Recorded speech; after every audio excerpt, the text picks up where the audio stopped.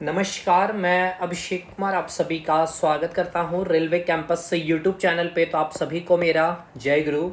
Social religious reform, आप इसे modern history में पढ़ते हैं और ये वो टॉपिक है जिससे 90 to 80% जो है आपके सवाल, मतलब इतने परसेंटेज चांस है कि आपके एग्जामिनेशन में पूछे जाएंगे ही। इस टॉपिक से एक सवाल रहते हैं किसी भी एग्जामिनेशन की आप तैयारी कर रहे हैं, जैसे कि अगर आप रेलवे में एनटीपीसी की तैयारी कर रहे हैं। इसके अलावे अगर आप आरआरबी जेई की, आपने देखा कि जीके के सेक्शन में सोशल रिलीजियस रिफॉर्म से सवाल बने हैं। इसके अलावे आप कोई स्टेट की तैयारी कर रहे हैं, जैसे कि झारखंड में अगर आए तो आप जेएसएससी के सीजीएल हो, दरोगा हो, उत्पाद सिपाही हो, फील्ड वर्कर हो, झारखंड पुलिस हो, या आप पीसीएस लेवल पे भी अगर आप जेपीएससी जैसे एग्जामिनेशन, बीपीएससी जैसे एग्जामिनेशन, फॉरेस्ट रेंज जैसे एग्जामिनेशन की अगर आप तैयारी कर रहे हैं, तो आपको पता है कि मॉडर्न हिस्ट्री तो आपके एग्जामिनेशन में आएंगे ही आएंगे। तो डेफिनेटली भाई सोशल रिलीजियस रिफॉर्म से क्वेश्चन रहेंगे। और मैंने पूरी कोशिश की है कि ये कंटेंट इस प्रकार से, मैं बहुत सारी चीज़ें देखिए कंटेंट में, फिर मैंने बहुत कुछ ऐड ऑन भी किया, देख सकते हैं आप बहुत सारी चीज़ें, कि हर एग्जामिनेशन आपका यहाँ से कवर हो जाए अगर एक बार आप इस वीडियो को देख लेते हैं तो। ठीक है, सोशल रिलीजियस रिफॉर्म, इसका मतलब क्या है पहले समझ लीजिए। समाज में जो थी भाई बहुत सारी कुरीतियां, जैसे कि सामाजिक कुरीतियां, धार्मिक कुरीतियां, अंधविश्वास, ये सारी चीजें बहुत ज्यादा फैल चुकी थी हमारे समाज में। तो इन सारी सामाजिक कुरीतियों को, धार्मिक कुरीतियों को, अंधविश्वास को खत्म करने के लिए बहुत सारी संस्थाएं बनाई गई, बहुत सारे आंदोलन चलाए गए थे। उसी संस्थाएं या उस सभा या उस आंदोलन को ही हम लोग इस सोशल रिलीजियस रिफॉर्म में पढ़ते हैं। ठीक है, यानी ये आपका अगर कौन सी शताब्दी की बात हो रही है भाई, तो ये 19वीं शताब्दी की बात होगी, जिसमें ब्रह्म समाज को आप देखेंगे, आर्य समाज को देखेंगे, प्रार्थना समाज को देखेंगे, वेद समाज को आप देखेंगे। तो इस प्रकार से आपको बहुत सारी संस्थाएं देखने को मिलेगी और आपके एग्जामिनेशन में यहाँ से सवाल बनते हैं। तो बिना देर किए हुए चीज़ों को हम लोग स्टार्ट करते हैं। और जो भी कंटेंट को लेना चाहते हैं हमारे साथ, देखिए आप इस नंबर पे मेरे को कांटेक्ट कर सकते हैं 7909004902। अगर आप केवल अभी जैसे एनटीपीसी का भी एग्जामिनेशन है आपके रेलवे में, और इधर झारखंड में अगर आप चले जाएं तो जेपीएससी फॉरेस्ट रेंज, जेएसएससी के भी एग्जामिनेशन है। तो अगर आप जेपीएससी फॉरेस्ट रेंज वगैरह की तैयारी कर रहे हैं तो कंटेंट जो हमसे ले रहे हैं आप लोग, वो कंप्लीट जीके का लीजिए जो डिटेल है। और एनटीपीसी का मैंने जैसे बताया कि इंपॉर्टेंट टॉपिक है, अभी आप पढ़ सकते हैं 40 से 50 टॉपिक का मैंने जो लिस्ट दिया है, ये आप 200 में ले सकते हैं। आप हमें इस नंबर पे व्हाट्सअप करिएगा, मैं आपको पूरा डिटेल दे दूंगा। आप डेमो क्या ही देखेंगे, डेमो आपके सामने है। और जो कंप्लीट जेपीएससी जैसे एग्जामिनेशन की तैयारी कर रहे हैं, जिसमें आपको history, polity, geography, economic, static, GK, environment, science, tech, space, defence content अगर आपको चाहिए, तो यह आपको पूरा कंटेंट 699 फ्री में ये कंप्लीट कंटेंट होगा। ये 200 इसीलिए भाई कि इसमें केवल इंपॉर्टेंट टॉपिक दिए जाएंगे। ठीक है, और फुल्ली मेरे द्वारा इस प्रकार से हैंड रिटन कंटेंट होंगे, कोई टाइपिंग से कॉपी पेस्ट नहीं मिलेगा। तो चलिए भाई, हम बहुत सारी संस्थाएं और उनके जो संस्थापक हैं उनके बारे पढ़ेंगे, जो हमारे समाज में 19वीं शताब्दी के दौर में जो सामाजिक, धार्मिक, जो अंधविश्वास जैसी कुरीतियां जो फैल चुकी थी उसको खत्म करने के लिए सबसे पहले जो आप देखेंगे ब्रह्म समाज के बारे में। ठीक है, तो ब्रह्म समाज से क्या क्या क्वेश्चन बनेगा ध्यान पूर्वक समझिएगा।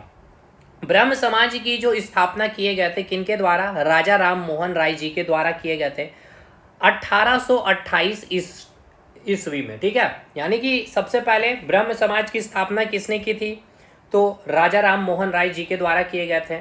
कब की गई थी, 1828 में। अब एक बात याद रखिएगा, ये जो ब्रह्म समाज की जो आप बातें कर रहे हैं ना, ब्रह्म समाज की जो स्थापना हुई थी, हिंदू धर्म में जो भी कुरीतियां थी, जो भी अंधविश्वास थी, उनको खत्म करने के लिए ही ब्रह्म समाज की स्थापना किए गए थे। अगर राजा राम मोहन राय की बात कर लें तो मैं आपको कुछ इनसे रिलेटेड कुछ फैक्ट मैं आपको यहाँ पे डिस्कशन कर दूं जो आपके एग्जाम में पूछे जाते हैं। राजा राम मोहन राय से आपसे पूछा जाएगा इनका जन्म के बारे में। इनका जन्म कब हुआ था, 1772 में हुगली में। हुगली कहाँ है आपका, कलकत्ता में। और कौन सा गांव, यहाँ तक गांव भी आपसे पूछा गया है तो राधा नगर गांव में हुआ है। इनके द्वारा ही आपसे पूछा जाएगा जो वेद हैं और जो उपनिषद है उनको बंगला भाषा में अनुवाद किया गया था। तो वेद और उपनिषद को बंगला भाषा में अनुवाद करने वाले कौन? तो राजा राम मोहन राय ही थे। ईस्ट इंडिया कंपनी जो आपने पढ़ा है, जो यूरोपियन कंपनी भारत में आए थे ट्रेड करने के लिए, 1804 से लेकर 1814 तक ईस्ट इंडिया कंपनी के अंडर में इन्होंने वर्क भी किया है।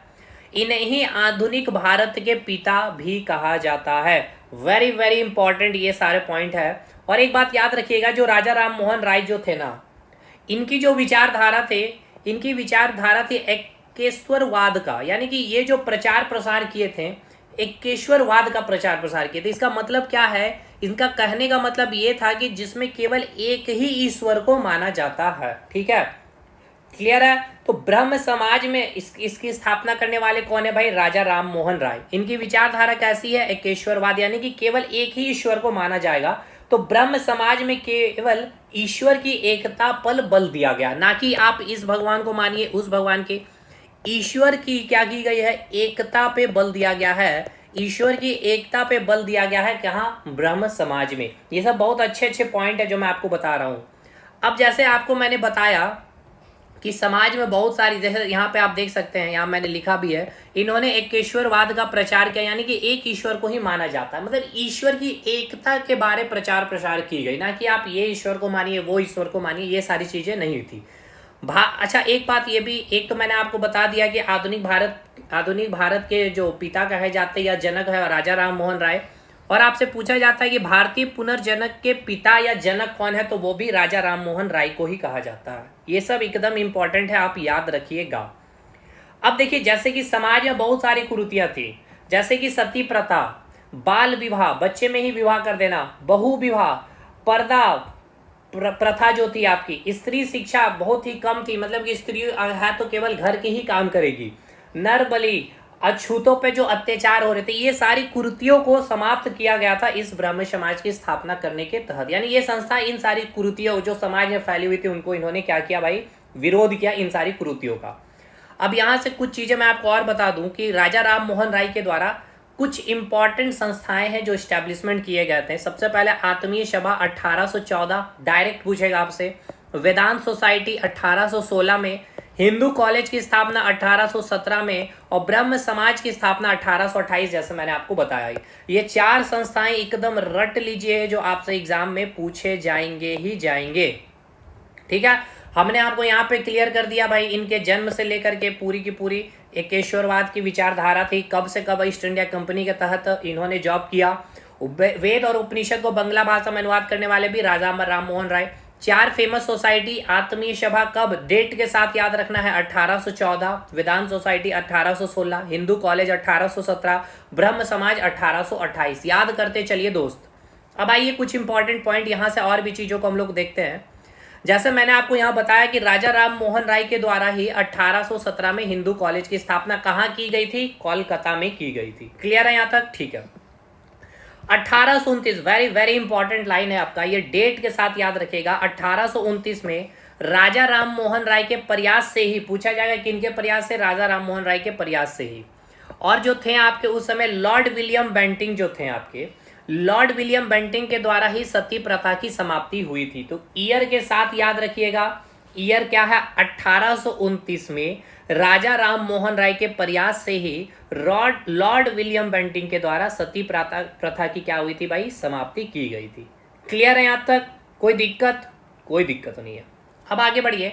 राजा राम मोहन राय में जो आपको राजा, जो आपको जो टाइटल देखने को मिल रहा है ना, राजा की जो उपाधि दी गई थी किनके द्वारा दी गई थी? अब ये भी जान लीजिए आप कि इनको जो उपाधि दी गई थी अकबर द्वितीय के द्वारा दी गई थी। अकबर द्वितीय की बात की जाए तो भाई मुगल शासक था आपका अकबर द्वितीय। तो अकबर जो द्वितीय है, अकबर सेकेंड जो है, राजा राम मोहन राय को क्या किया था? लंदन भेजे थे, जहां लंदन में राजा विलियम फोर से ये मिले भी थे। ये बहुत इंपॉर्टेंट मैंने लाइन आपको बताया है, ये आप बताया हूं, आपसे पूछा जाता है एग्जामिनेशन में कि अकबर द्वितीय ने, मैं यहां लिख दे रहा हूं, इस पॉइंट को आप नोट डाउन कर लेंगे। अकबर द्वितीय ने राजा राम मोहन राय को जब लंदन भेजे थे तो इनकी मुलाकात किनसे हुई थी? तो याद रखिएगा, राजा विलियम फोर्थ से ये मिले थे। ठीक है, तो यहां मैं लिख दे रहा हूं, लंदन में इनकी मुलाकात किनसे होती है? राजा विलियम फोर्थ से। ठीक है, ये क्वेश्चन पूछा गया है आपसे, राजा विलियम फोर्थ से। ठीक है, राजा विलियम फोर्थ से क्या होती है? इनकी मुलाकात तो होती है। किनकी? राजा राम मोहन राय को। इनको कौन भेजा था लंदन जाने के लिए? ये भी पूछेगा, तो आप बोलिएगा अकबर द्वितीय ने भेजा था। ठीक है, जैसे यहाँ मैंने आपको आगे बताया ही था कि आधुनिक भारत के पिता भी इनको कहते हैं। नव जागरण के अग्रदूत आपसे पूछेगा कौन? तो राजा राम मोहन राय ही हैं। इनके कुछ प्रथम पुस्तकें बोल सकते हैं या मैगजीन पत्रिकाएं बोल सकते हैं, जैसे कि संवाद कौमुदी। अब याद रखिएगा, आपसे अब का जो स्टैंडर्ड है ना कि पूछता है कि संवाद कौमुदी किस लैंग्वेज में लिखा गया था, तो याद रखिएगा बंगाली लैंग्वेज में लिखा गया था। इसके बाद मिरातुल जो पत्रिका आप देख रहे हैं, इसको कौन सा लैंग्वेज में लिखा गया था? तो इसे लिखा गया था भाई पर्शियन लैंग्वेज में। किस लैंग्वेज में लिखा गया था? पर्शियन लैंग्वेज में लिखा गया था। एक और मैगजीन है जो आप यहाँ पे देख रहे होंगे, तुहफत उल मुवाहिदीन, ये भी आपका पर्शियन लैंग्वेज में ही लिखा गया था। तो 3 पत्रिकाएं, संवाद कौमुदी बंगाली में, मिरातुल पत्रिका और तुहफत उल मुवाहिदीन, ये भी पर्शियन लैंग्वेज में लिखी गई थी। इनका जन्म जैसे मैंने आपको बता ही दिया भाई 1772 में कहाँ हुआ था? तो कोलकाता में। ठीक है, ये तो मैंने क्लियर कर दिया, हुगली में राधानगर विलेज में, यहाँ पे इनकी क्या हुई थी? जन्म हुई थी। तो ये इतने पॉइंट आपको ब्रह्म समाज से रिलेटेड चीजें याद होनी चाहिए। अब इसके बाद आपको मैं कुछ और इंपॉर्टेंट चीज बता दूं। देखिए, ब्रह्म समाज का फिर क्या हुआ? विभाजन हो गया था। ये तो आपने देखा कि 1828 में ब्रह्म समाज की स्थापना किनके द्वारा? राजा राम मोहन राय के द्वारा किए गए, और उससे रिलेटेड जितने भी फैक्ट्स मैंने आपको यहाँ करवा दिए। लेकिन ब्रह्म समाज के विभाजन के बाद कुछ और भी समाज या संस्थाएं बनी, जैसे कि देव समाज आपसे पूछेगा, डायरेक्ट यहाँ से क्वेश्चन पूछेगा कि इनके संस्थापक कौन है और कहाँ पे किए गए थे, कब किए गए थे। 1827 में लाहौर में किनके द्वारा? शिव नारायण अग्निहोत्री के द्वारा स्थापित किए गए थे। भारत सेवक समाज 1905 में बंबई में किनके द्वारा? गोपाल कृष्ण गोखले के द्वारा स्थापित किए गए थे। वेद समाज 1864 में मद्रास में केशव चंद्र सेन एवं धारलू नायडू के द्वारा स्थापित किए गया था वेद समाज। और यही वेद समाज को पूछा जाता है कि दक्षिण भारत का क्या कहते हैं? ब्रह्म समाज भी कहते हैं। 1867 में मुंबई में आत्माराम पंडुरंग के द्वारा की हुई थी। तो देखिए, 2 सवाल यहाँ से पूछेगा, एक तो वेद समाज का मद्रास में स्थापना आपसे पूछेगा तो केशव चंद्र सेन बोलेंगे, और यही वेद समाज की अगर मुंबई में स्थापना बोला जाएगा तो 1867 में आत्माराम पंडुरंग के द्वारा किया गया था। ये याद रखिएगा। और दक्षिण भारत का ब्रह्म समाज वेद समाज को ही कहते हैं। क्लियर है? तो ब्रह्म समाज और ब्रह्म समाज के बाद जितनी भी इनके विभाजन के बाद जो भी सभाएं, जो भी संस्थाएं बनी, वो क्लियर हुआ, याद हो गया आपको। चलिए अब आगे बढ़ेंगे हम लोग। अब हम लोग देखेंगे आर्य समाज के बारे में। देखिए, आर्य समाज की जो आपसे पूछा जाएगा कि इनके फाउंडर कौन थे, तो इनके फाउंडर थे दयानंद सरस्वती। 1875 में बॉम्बे में स्थापना की गई थी। ठीक है, आर्य समाज की स्थापना किसने की थी? दयानंद सरस्वती ने 1875 में। दयानंद सरस्वती को याद रखिएगा, इन्हें क्या कहा जाता है और किस नाम से जाना जाता है? तो ये इंपॉर्टेंट लाइन है, ये आपको याद रखना ही पड़ेगा। इन्हें भारत का मार्टिन लूथर भी कहा जाता है। ठीक है, इन्हें भारत का मार्टिन लूथर भी कहा जाता है। स्वामी विरजानंद इनके गुरु थे। इनको जो ज्ञान की प्राप्ति जो हुई थी ना, स्वामी विरजानंद से ही प्राप्ति हुई थी। तो स्वामी दयानंद सरस्वती के बारे अगर आपसे पूछ लिया जाए इनके गुरु का नाम, तो भाई विरजानंद बोलेंगे। इनको ज्ञान की प्राप्ति इनसे ही हुई थी। इन्हें भारत का मार्टिन लूथर किंग कहा जाता है। आर्य समाज के द्वारा ही शुद्धि आंदोलन भी शुरू की गई थी। ये भी इंपॉर्टेंट है, ये भी आपको याद रखना है। तो पूछा जाएगा कि शुद्धि आंदोलन जो शुरुआत किया गया था किसके द्वारा? आर्य समाज के द्वारा ही। आर्य समाज के संस्थापक कौन हो गया? दयानंद सरस्वती। 1875 में बम्बई में स्टैब्लिशमेंट किए गए थे। इनका मूल नाम से भी सवाल बनता है, तो याद रखिएगा इनका मूल नाम था मूल शंकर। इन्होंने ही नारा दिया था वेदों की ओर लौटो, क्योंकि इतनी कुरीतियां समाज में फैल चुकी थी कि भैया हमें अपने वेद की ओर लौटनी चाहिए। और इन्होंने ही कहा था कि भारत जो है भारतीयों के लिए है। इनकी एक फेमस पुस्तक है सत्यार्थ प्रकाश, याद रखिएगा 1874 में पब्लिश किए गए थे। और एक आपको याद रखना है आर्य महिला समाज, इनकी स्थापना पंडिता रामाबाई के द्वारा ही की गई थी। इतना पॉइंट आपको आर्य समाज से याद रखना। ठीक है, चलिए आगे बढ़िए। अब हम लोग देखिए, दयानंद सरस्वती का अगर आपको जन्म स्थल है ये सब पूछ लिया जाए, तो दयानंद सरस्वती का जो जन्म हुआ था 1824 में, कहाँ? गुजरात के तंकारा में। तो ये इतना आपको याद रखना होगा, कहाँ पे? तो तंकारा, क्योंकि आपसे अब जो है ना एग्जामिनर तो टिपिकल करने के लिए यही सब क्वेश्चन बनाया कि इनका जन्म हुआ था गुजरात, ना देकर तंकारा लिख देगा। तो आपको पता होना चाहिए तंकारा में ही, गुजरात स्टेट में ही आपका क्या भाई? तंकारा है। और यहीं पे स्वामी दयानंद सरस्वती का क्या हुआ था? जन्म हुआ था। क्लियर है भाई। बाकी आपने सुना होगा कि स्वामी दयानंद सरस्वती के जब इनकी मृत्यु हो गई थी तो इनके आदर्शों का पालन किसने किया था, लाला हंसराज और लाला लाजपत राय। और इनके द्वारा ही भाई क्या डीएवी स्कूल जो आप देखते हैं दयानंद एंग्लो वैदिक कॉलेज की स्थापना 1886 में की गई थी, जो आज भी डीएवी कॉलेज के नाम से आप देखते हैं कि प्रचलित है। ठीक है, चलिए यहां तक चीजें क्लियर है। अब आइए Ramakrishna mission, very very important. Ramakrishna mission की स्थापना किसने की थी, स्वामी विवेकानंद ने की थी। नरेंद्र नाथ दत्त इनका नाम है, याद रखिएगा, वास्तविक नाम आपसे पूछा जाएगा। इस्टेब्लिशमेंट 1897 में किया गया था स्वामी विवेकानंद के द्वारा रामकृष्ण मिशन का कोलकाता में। हेड क्वार्टर इसका कहाँ था, बेलूर में। ठीक है, जन्म इनका 12 जनवरी में, इसलिए हम लोग 12 जनवरी को राष्ट्रीय युवा दिवस भी मनाते हैं। 1863 में इनका जन्म हुआ है कोलकाता में। इनके जो गुरु हैं, इनके गुरु का नाम है रामकृष्ण परमहंस। इन्हीं के बाद में यह संस्था बनाया गया था, इन्हीं के याद में भी आप बोल सकते हैं। अपने गुरु जो रामकृष्ण परमहंस, उनके ही याद में ये मिशन की स्थापना की थी इन्होंने। इसके बाद यहाँ पे देखिए स्वामी विवेकानंद की कुछ इंपॉर्टेंट पॉइंट, जैसे कि देखिए वास्तविक नाम तो मैंने आपको बता दिया इनका, नरेंद्र नाथ दत्त है। और 1896 में याद रखिएगा इन्होंने ही क्या किया था, वेदांत सोसाइटी की स्टैब्लिशमेंट की थी न्यूयॉर्क में। तो अगर आपसे पूछ ले वेदांत सोसाइटी की स्टैब्लिशमेंट किसने की थी, तो इन्होंने ही की थी। और इनकी दो फेमस मैगजीन है, पत्रिका है, प्रबुद्ध भारत जो इंग्लिश में आया था, और है उद्बोधन जो आपकी बंगाली में। ये सब बहुत इंपॉर्टेंट है आपके एग्जामिनेशन के लिए। अब आगे बढ़िए। अब देखिए 1893 में ये शिकागो गए थे। शिकागो इज कहाँ, अमेरिका में। ठीक है, और इसके बाद ही ये काफी ज्यादा फेमस भी होते हैं। जहाँ पे इनको प्रथम विश्व धर्म सम्मेलन का आयोजन हुआ था वहां गए थे, और इस सम्मेलन में इन्होंने भाषण दिया था। और सारे के सारे विश्व के जो धर्म है वो एक ही पेड़ के तनों के शाखाओं की तरह है, मतलब सबका उद्देश्य केवल एक ईश्वर ही प्राप्ति है, लेकिन उसके मानने के तरीके अलग अलग है और उसको फॉलो करने के तरीके क्या है, अलग अलग है। तो ये जब भाषण उन्होंने दिए ना भाई आपके स्वामी विवेकानंद जी ने, इस भाषण के बाद ही इनकी पॉपुलैरिटी काफी अधिक बढ़ गई थी। क्लियर है यहाँ तक। तो यहाँ से आपसे क्वेश्चन क्या बनेगा आपके एग्जाम के लिए, तो भाई ये शिकागो कब गए थे, 1893 में गए थे। किस लिए गए थे, प्रथम विश्व धर्म सम्मेलन आयोजन हुआ था इसलिए गए थे। क्लियर है यहाँ तक चीजें, ठीक है। 1893 में स्वामी विवेकानंद ने विश्व धर्म संघीय संसद में भारत का प्रतिनिधित्व भी किया था। बहुत इंपॉर्टेंट लाइन आपके लिए, यही आपका डेट याद रखना। 1893 में इन्होंने विश्व धर्म संघीय संसद में भारत का प्रतिनिधित्व किया था, किसने, स्वामी विवेकानंद ने। क्लियर है यहाँ तक चीजें। चलिए आगे चलिए, अब हम लोग देखेंगे प्रार्थना समाज। प्रार्थना समाज की बात कर ले तो 1867 में मुंबई में केशव चंद्र सेन की प्रेरणा से ही महादेव गोविंद रनाडे, यानी कि आप इसको देखते हैं एमजी रनाडे के नाम से भी, और आत्मा पांडुरंग और चंद्रवारकर, ठीक है, चंद्रावरकर के द्वारा की गई थी। आपका गोविंद रनाडे का जन्म अगर पूछ लिया जाए तो 1842 में महाराष्ट्र में हुआ था।